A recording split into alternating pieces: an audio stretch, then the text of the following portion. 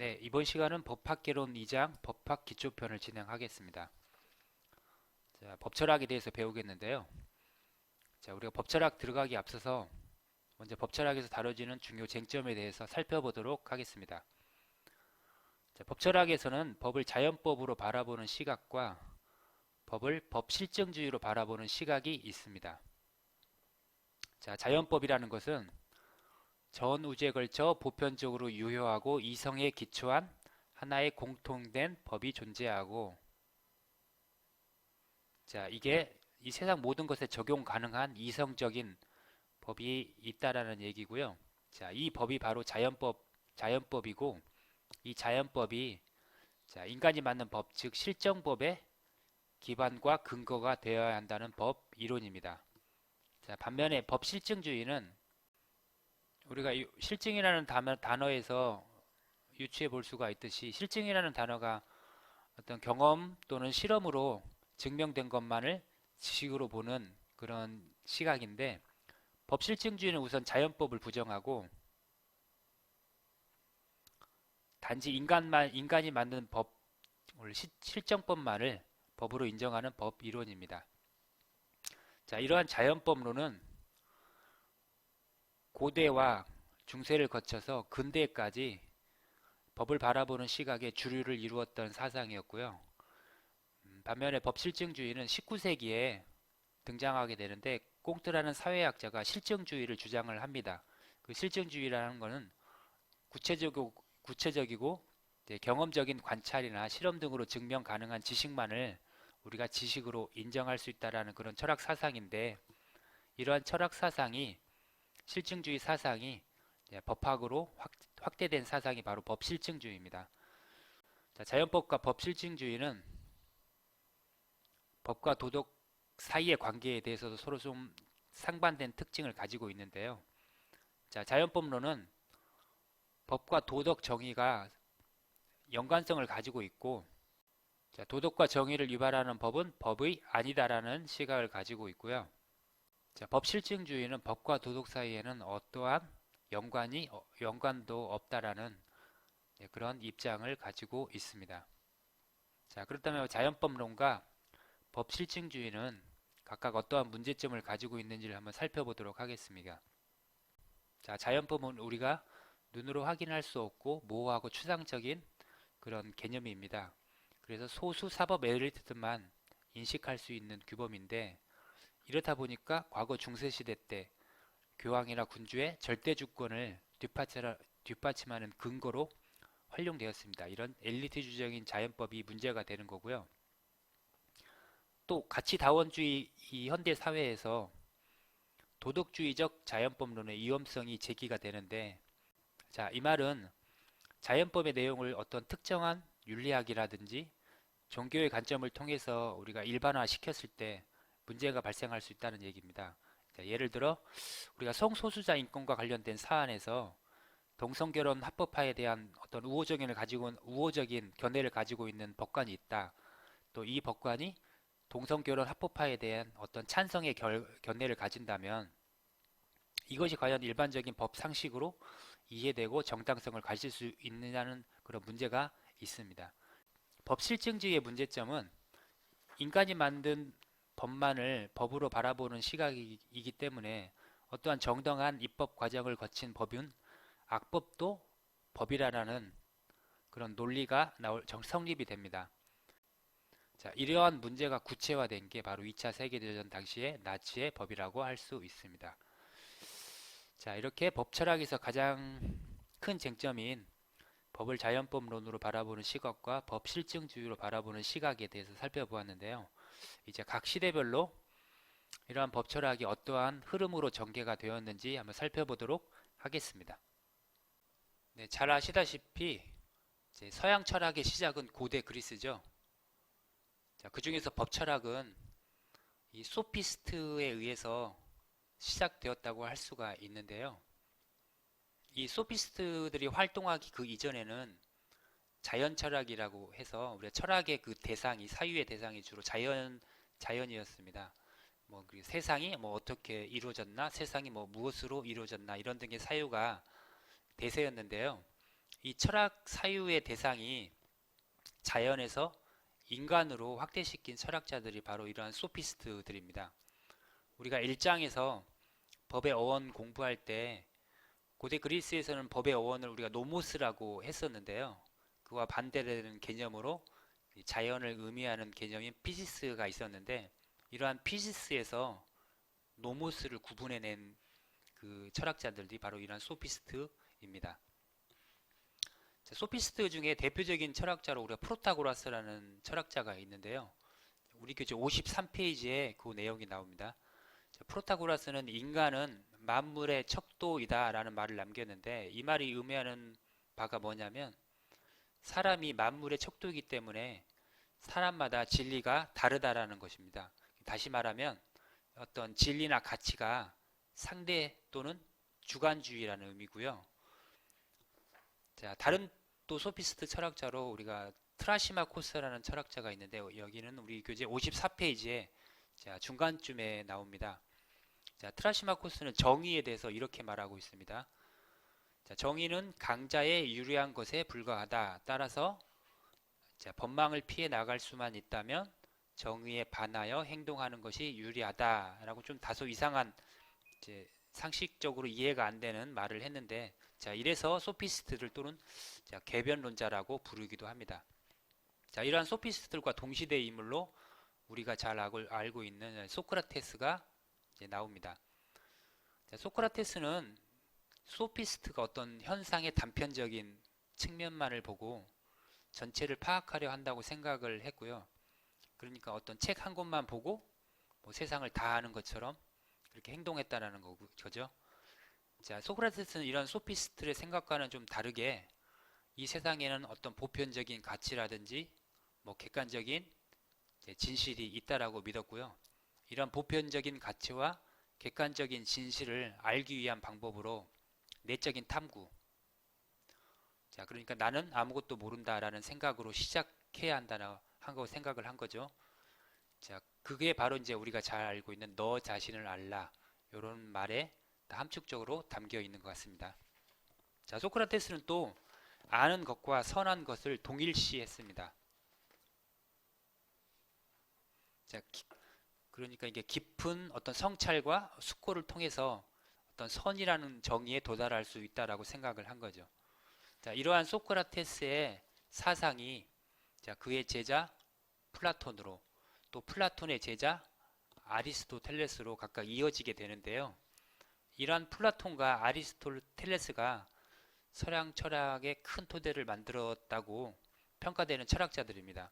그래서 서양 철학의 모든 대부분의 사상들은 이 플라톤과 아리스토텔레스의 사상 위에 조금씩 덧붙여진 거라고 할 수 있는데, 그래서 이 플라톤과 아리스토텔레스를 잘 이해하시면 서양 철학 나오는 다양한 사상들을 좀 더 쉽게 이해할 수 있습니다. 자, 그럼 먼저 플라톤부터 보겠습니다. 플라톤이 생각한 정의는 각자 자신의 일을 하는 것입니다. 플라톤은 인간이 선천적으로 좀 불평등하게 태어났다고 생각을 했습니다.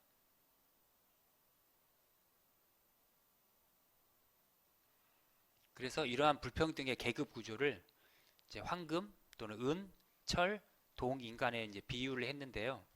황금 인간은 통치 계급, 은 인간은 군인 계급, 뭐 철과 동 인간은 뭐 생산자 계급, 이렇게 나누고, 여기서 통치자인 황금 인간은 철인이라는 거는 철학하는 사람 또는 철학자, 이러한 철학하는 사람, 철학자가 통치하는 국가, 바로 이런 국가가 이상국가라고 생각을 했습니다. 자, 플라톤의 사상 중에서 가장 중요한 사상이 여기 이데아라는 사상인데요. 이데아는 플라톤이 생각한 완벽한 세상입니다. 근원이 되는 세상이고요. 어떻게 보면 이상국가라고 할 수 있습니다. 좀 기독교에서 얘기하는 어떤 천국과 같은 곳이라고 할 수 있는데요. 플라톤은 세계를 이데아 세계와 현실 세계로 구분을 하고, 이데아 세계는 존재의 근원이면서 또 영원 불변한 것, 또 현실 세계는 그러한 이데아 세계의 이제 그림자로서 끊임없이 변화하고 불완전한 것으로 보았습니다. 자, 플라톤은 이런 이데아를 어떻게 인식을 할 수 있느냐? 그거는 이성적인 정신 활동을 통해서 이데아를 인식할 수 있다라고 생각을 했습니다. 자, 이러한 플라톤의 사상이 우리 중세가 되면 중세 교부 철학에 영향을 주게 되고요. 더 나아가서 근대까지 연결되면 근대의 이성주의 사상에 영향을 주게 됩니다.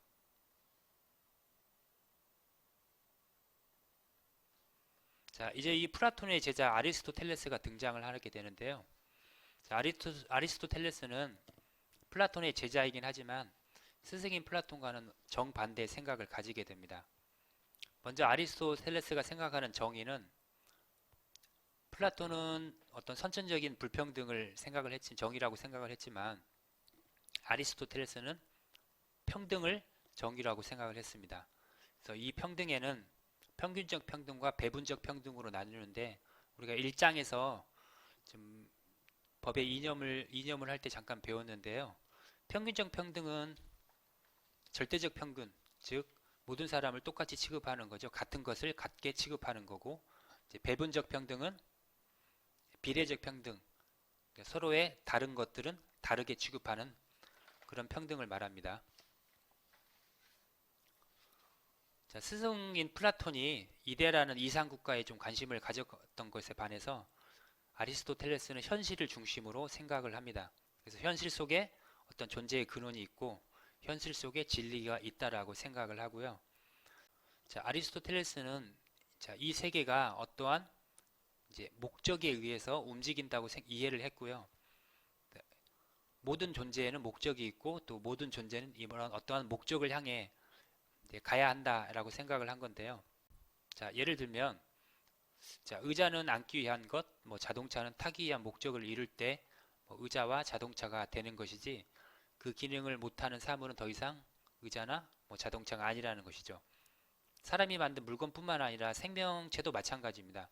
도토리는 참나무가 어떤 도토리에게는 목적이 되는 것입니다.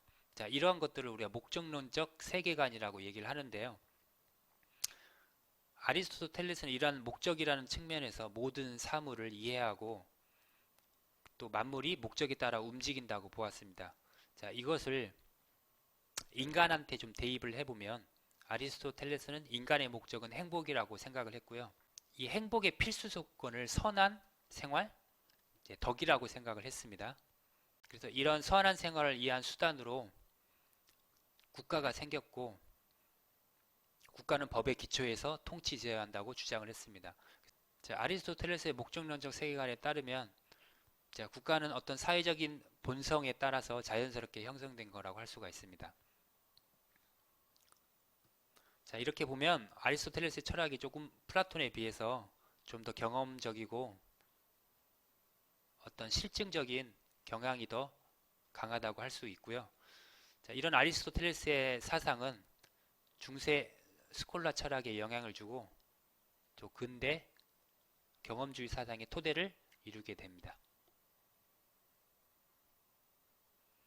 자, 이제 고대 그리스 사회가 쇠퇴하고 우리 이제 헬레니즘 또 로마 제국의 시대로 접어들게 되는데요. 여기서는 스토아학파가 등장을 하게 됩니다. 스토아학파는 자연법 사상을 고안을 하고 체계화한 학파라고 할 수 있는데 아까 우리가 배웠던 자연법의 정의를 보면 전 우주에 걸쳐 보편적으로 유효하고 이성에 기초한 하나의 공통된 자연법, 이러한 자연법을 스토아학파에서는 믿었고 이러한 자연법의 원리가 전 세계 모든 사람들에게 구속력이 있어야 된다고 믿었습니다. 이런 스토아학파의 자연법 사상은 이런 세계 시민 사상 또는 만민 평등 사상을 내포하고 있는데요. 이 당시에 그 시대상이 그 도시국가, 즉 폴리스를 넘어서서 어떤 세계 국가 또 코스모폴리스로 나아가는 상황인데 이러한 상황 속에서 스토아학파의 이러한 자연법 사상이 로마의 정치와 법의 기반이 되게 됩니다. 이제 로마 제국이 붕괴되고 중세 시대로 접어들게 됩니다. 중세는 잘 아시다시피 이제 신앙이 가장 우선시되는 시대였는데요. 이 신앙을 이성과 서로 조화시키려는 두 가지의 시도가 있었습니다. 이걸 우리를 각각 교부 철학과 스콜라 철학이라고 하는데요. 그래서 우리가 중세를 교부 철학 시대와 스콜라 철학 시대로 구분을 하게 됩니다. 이 교부 철학 시대는 아우구스티누스가 대표적인 인물이고요. 스콜라 철학은 아퀴나스가 대표적인 인물입니다.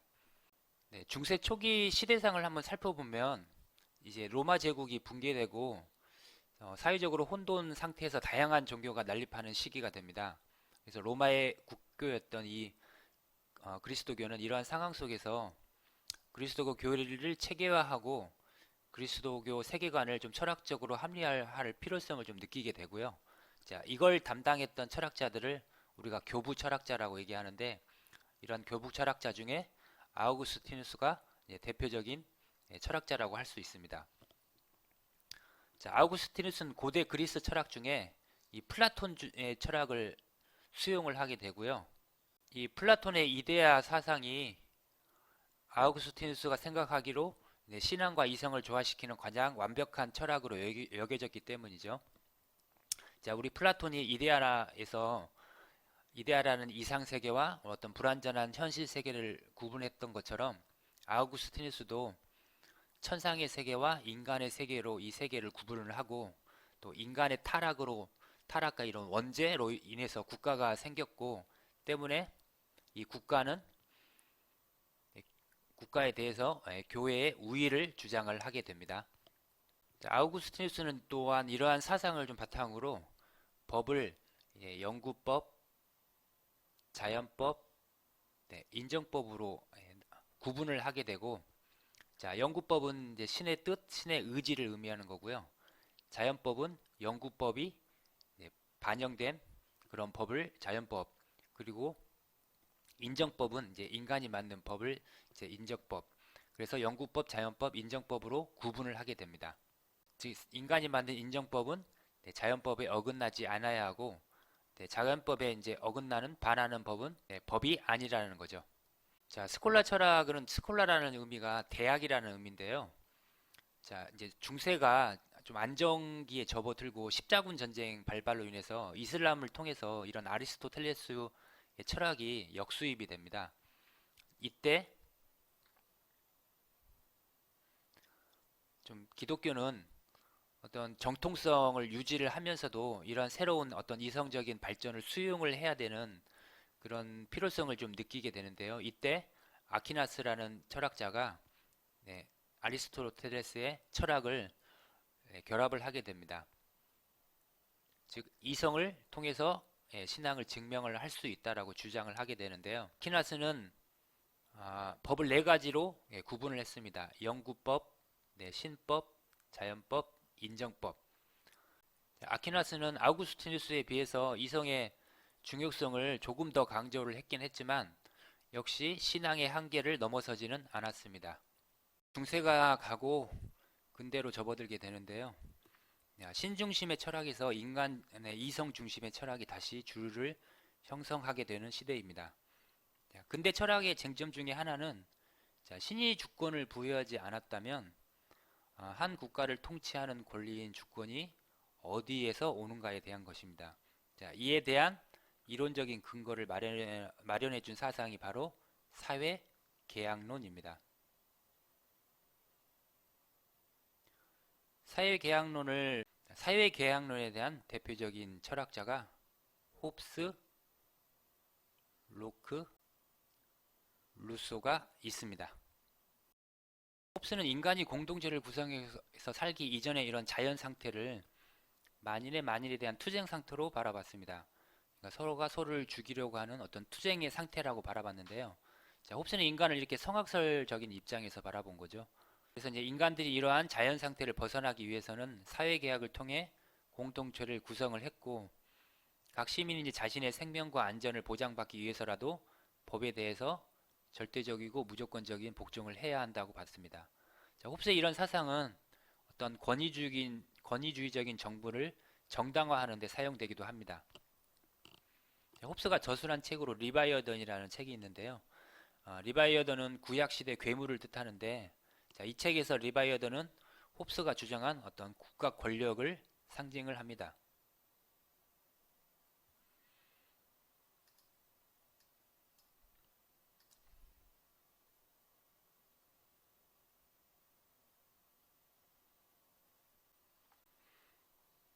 자, 로크는 홉스와는 조금 다르게 사회계약론을 설명하는데요. 우선 홉스와는 다르게 인간의 자연 상태는 우리가 타락하기 이전의 에덴 상태, 즉 어떤 황금 시대라고 묘사를 하고요. 즉 인간을 성악설이 아닌 성선설의 입장에서 바라본 겁니다. 자, 이런 인간들이 재산 소유의 불안정으로 인해서 사회를 형성을 하게 되고 이러한 사유 재산 형성은 그래서 정당하다고 바라봤습니다. 이렇게 사회를 형성하면서 각 시민이 가지고 있는 권리의 이제 일부를 군주가 넘겨받았을 때 이러한 권리를 남용하지 않도록 이제 권력 분립을 해야 한다고 이제 로크는 주장을 했고요.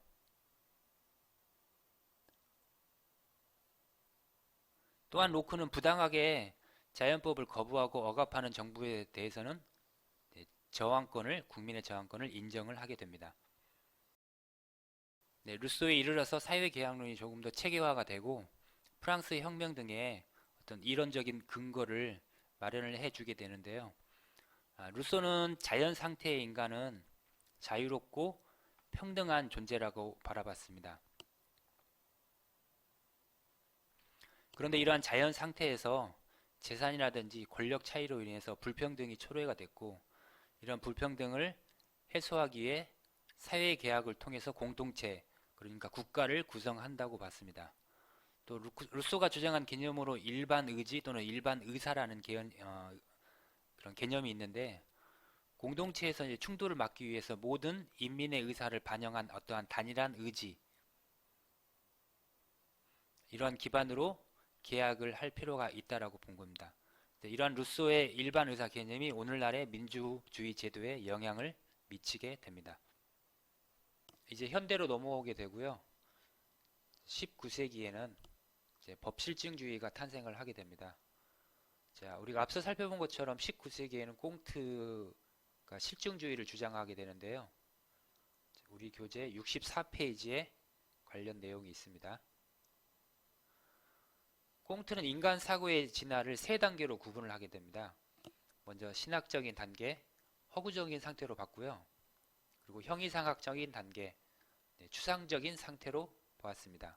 그리고 마지막으로 실증주의적인 단계는 어떤 현실적인 상태로 구분을 했습니다. 꽁트의 이런 구분이 중세부터 근대를 거쳐 현대에 이르는 철학 사상의 흐름을 설명하는 데 유용하게 작용을 하고요. 자, 이러한 실증주의가 사회 전반으로 확장이 됩니다. 즉, 어떤 선언적인 사색을 거부하고 단지 경험이라든지 실험에 의해서 확인될 수 있는 그런 자료만 우리가 지식으로 인정하는 그런 과학적인 태도인데요. 이게 사회 전반으로 확장이 되게 됩니다. 자, 이러한 실증주의 영향으로 탄생한 법실증주의의 특징을 보게 되면요. 자, 법학에서 가치에 대한 고려를 배제했습니다. 즉, 정의라든지 도덕이라든지 이런 것들을 법학에서 배제를 했고요. 즉 법학의 임무를 단지 실정법과 분석과 해부에만 국한을 했습니다. 또 법은 단지 지배 세력의 명령일 뿐이고 윤리라든지 사회 정책으로부터 이러한 실정법을 엄격히 분리를 하게 됩니다. 자, 이러한 법 실증주의의 영향으로 법 개념을 분석하고 체계화하게 되는데요. 자, 이로 인해서 우리가 이제 요새 배우는 민법이라든지 형법, 헌법 등으로 법학이 세분화되게 됩니다. 자, 19세기는 법 실증주의가 주류를 형성하였는데요. 자, 20세기는 세계대전 이후에 다시 자연법적인 사고와 또 가치지향적인 법학이 필요하다는 인식이 대두되기 시작합니다. 자, 독일의 철학자 라드브루는 2차 세계대전 당시에 그 나치법의 부당성을 인정을 하게 되고요. 법의 이념 3원론을 주장을 하게 됩니다.